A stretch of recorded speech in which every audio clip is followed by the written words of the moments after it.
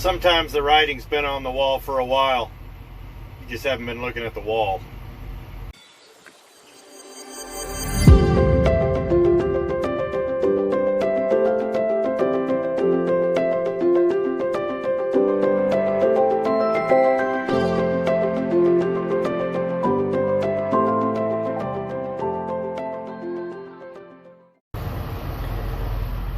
It's a very rare thing to be at your first job 20 years later in this business. There's a lot of things that can happen, and a lot of times it's just time to move on. And there's a lot of red flags out there, and with companies like Celadon that went out of business, or Arrow, or Falcon, if you really think back, there was a lot of red flags that people ignored that we were told. Well, I never worked at those places, but from guys I've told, they're like, yeah, looking back, it was X, Y, and Z. We should have seen it. Well, you believed what you were told by the company. Oh, we're fine, it's fine. But likewise, I'm not just talking about companies going out of business, which happens. I'm talking about business practices that pretty much tell you it's time to move on. And a lot of these business practices that I'm going to talk about, companies say, well, this is the industry standard. In theory it is. Most of the time it's the industry standard with their own twist. So let's go to the first thing. Now, one of the tricks that they used to do to really kind of screw us out of pay was per diem. I know as a company driver it's not something you can really claim anymore on your taxes. I'm not sure how that works now because I've been an owner-operator since the laws changed. But what a lot of guys used to do, or a lot of companies used to do, was claim that they're giving you pay raises. You might get a penny, but what they were doing was taking 3 cents off your base pay and putting it into what they're paying you for per diem. So, did you get a pay raise? No, you didn't. You got screwed at tax time. But you gave the company one heck of a deduction. And if a company is going to talk about giving you pay raises, and this is the kind of stuff they're doing, it's probably time to bounce. Because all it's going to do is hurt you at tax time. Because any money that no taxes were paid on, you have to come up with the difference. That's just the sad truth of it. And that's something that I've seen happen over and over and over again. A pay raise needs to be a real pay raise. If they're giving you 3 cents, it needs to be on your base pay, and your per diem should never change. But a lot of guys are, I keep saying guys, drivers aren't doing this. A lot of drivers I know don't want this. They'd rather just get paid straight. Per diem is really kind of a useless thing anymore, and a lot of companies have gotten away from it. But like I said, after the tax laws changed, I really haven't kept up with that. But that was something that they used to do and used to hold over your head. One of the things that used to really make me very angry about my last company was home time. I liked my home time, but I would always ask for an extra day because I knew they'd short me. And when it finally came to a head was they shorted me on my vacation. If you're having to fight for your home time, no, that's your home time. What got me thinking on this line and kind of this whole video was something I saw online on one of the trucking channels about, you know, truck drivers getting home for their 34-hour reset, and they were bold enough to say, no, you getting home, that's a privilege. Really? Had I been that, whoever wrote that, had I been their boss, I would have fired them on the spot for that message. I don't care what they meant. Home time is not a privilege, it's earned. And if you're going to treat home time as a privilege and hold it over your driver's head, drivers, you don't need to be there. I checked out a job one time to go and work out of Dallas, and they said, you're required to be out 5 weeks, you get 2 days at home. I said, no, that's not happening. And we didn't go to work for them. So, if your employer's holding home time and they're beginning to short shorten you out of it, it's a good deal that it's probably time to really start looking at your options or get it straightened out. One of these days I'm going to tell you a story about a company I used to work at, and this is what brings up the next one, is maintenance. If your company's good on maintenance, then all of a sudden they start cutting back. There's something going on. They're either running out of cash, they're trying to redo the budget, or they're putting enough cash into escrow to make the company look more solvent than it is, because they're either trying to get a loan, which is not a good idea, or they're getting ready to sell. But if you're sitting there having to fight with your employer to put a $60 used tire on the truck, and I worked for that guy, you just don't need that, because chances are they're going to start trying to charge you for other things. You broke something, you need to pay for it. This blown tire is your fault. You're going to start getting blamed for things and getting charged for things. I have worked for that guy. And you just don't want that. And when that starts happening, it's a good deal that you need to start looking for your options there too. That one employer I'm talking about would not change tires until they blew. I remember I had a tire with literally 14 inches of cord showing around one side, and it was lopsided on top of it. He absolutely refused to replace it until it blew. And then it blew, and then he tried to charge me for the used tire, which I didn't pay for. I told him, I said, you tried to charge me for that, I'll steal load locks. I'll be selling load locks in the parking lot until I get my money back. Yeah. Now, routing is important. A lot of these companies, the way they route people, they route them for fuel, so they can pay the fuel tax, and they route them the shortest route for mileage and this, that, and the other thing.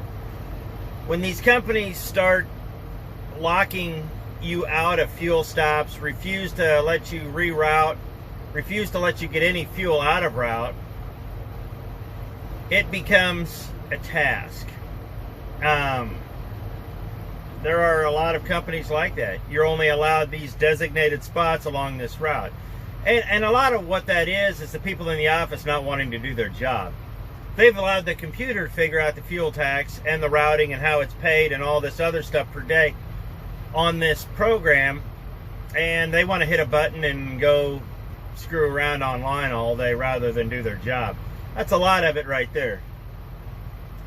But when you start locking drivers out of different fuel stops and you will not honor their request to put 50 gallons, guys are going to start running out of fuel, because every truck uses a different amount of fuel.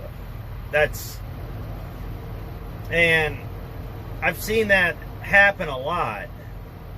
Guys just have drivers have no actual choice. So I wrote my list out here on a napkin here at the TA, but if companies start really cracking down on fueling, and they really start cracking down on your routing, and then they want to charge you out of route miles and really start trying to take your pay away from you, that's a good indication that the end is near. So you need to watch out for that. I was talking to a buddy of mine the other day, and he said that they made all the owner-operators sign new contracts. Why? Well, we're getting this new pay deal. I was like, really? He says, yeah, they're taking 2% of our gross and 50% of our fuel surcharge. It's like, they're doing what? So what if you don't sign? He says, then they'll let us go. We're fired. Really? So if you don't sign a contract giving up 2% of your base pay, your percentage, and 50% of your fuel surcharge, they're going to fire you. He says, yep. And he said, if we don't sign the contract, we'll be out of a job. That made me mad. I did the math, and from what he told me he made and the fuel and all that, it's around $25,000 that they're taking from him a year. your company is forcing you to sign contracts and you're losing your money and you're losing your base pay, you know, it's just, I don't see how that is legal, but I guess they got lawyers to figure all that out. But the fact of the matter is, when they're trying to screw you out of $25K a year and then make you, and then not give you, never mind the fact you're paying your fuel, they're taking your discount and then you're only getting 50% of it.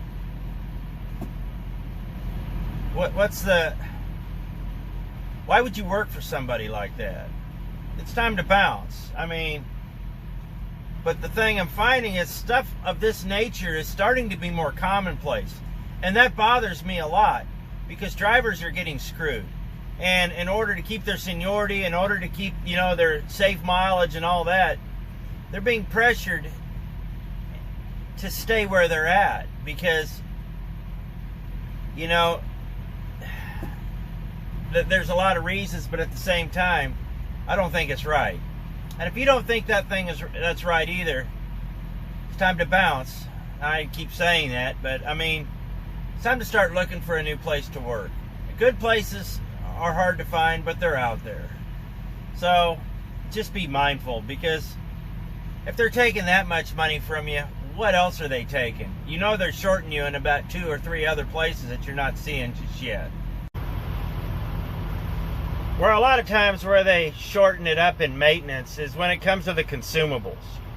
I worked for a company to where they would not pay for anything on the road. I literally had to carry jugs of antifreeze and jugs of oil because they wouldn't reimburse you for any of that. So I'm sitting here carrying, you know, 5 to 6 jugs or gallons of oil, probably 5 to 6, it was at least 6 gallons of antifreeze and 4 to 5 gallons of washer fluid.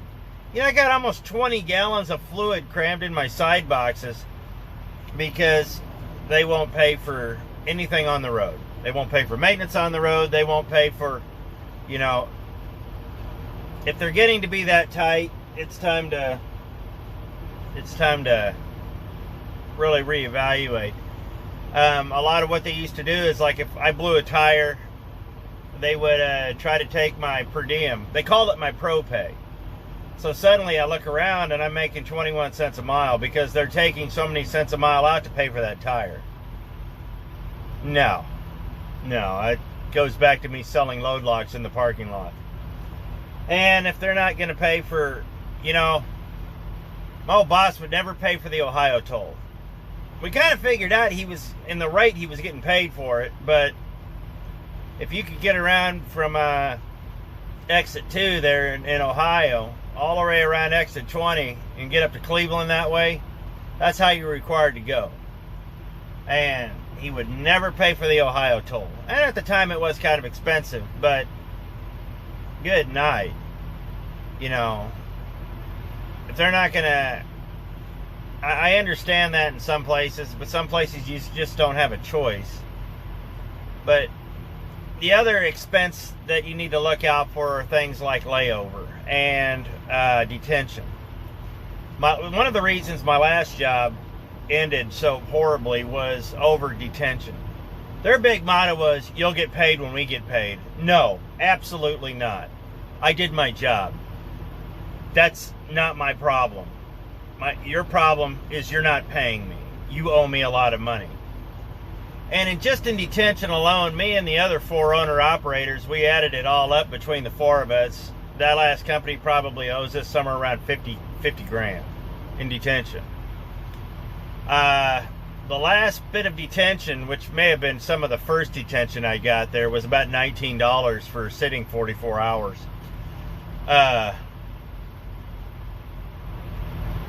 If they're sitting there cutting your pay and cutting your detention and trying to screw you that way, you know, it's a hard call. At the end of the day, it's a hard call. These are some of the things that I went through. I went through a lot of bad things, you know, to get where I'm at. I don't tell a lot of stories because a lot of them just aren't good. I worked for companies that started off good that became shysters. You know, just some of this stuff that I read off this list, I read 5 different categories. You know, pay, contracts, equipment, fuel, expenses. These are just the tip of the iceberg. They, and I'm really not joking, they owe us collectively over 50 grand. If we were to add in everything else, it's probably closer to 75 to 80. When you get into this business and you start getting a feel for it and you start talking to people, you're going to know what's expected. Part of the problem was they treated us like we were stupid. The last company I was at started off being a very great place to work, but when all the truck drivers eventually filtered out of the office and it started being taken over by college kids, they started acting like we were too stupid to figure it out. Never mind the fact that half of these truck drivers that I'm talking to have college degrees, and this is their second career. These are not stupid people. You know, they're just treated stupid by people who don't know any different. But if you're an office junkie, I'm going to tell you something. We know what these loads pay. That's not a joke. As an owner-operator, it didn't matter how I was getting paid. It was my responsibility to know what the load paid, know what the fuel surcharge was, and know what the company was getting paid. I know what the detention was. We took a lot of great pains, and we know people, and we knew the right people to ask to figure out what was going on. The office guys, they didn't like that. They all assumed that we were stupid and in the dark. Well, let me tell you something. You don't make money being stupid in the dark. You make money being very aware of what's going on around you. And you have to be to make it in this business. Some of these examples that I gave you, these are real things that really happen. You need to be aware of those.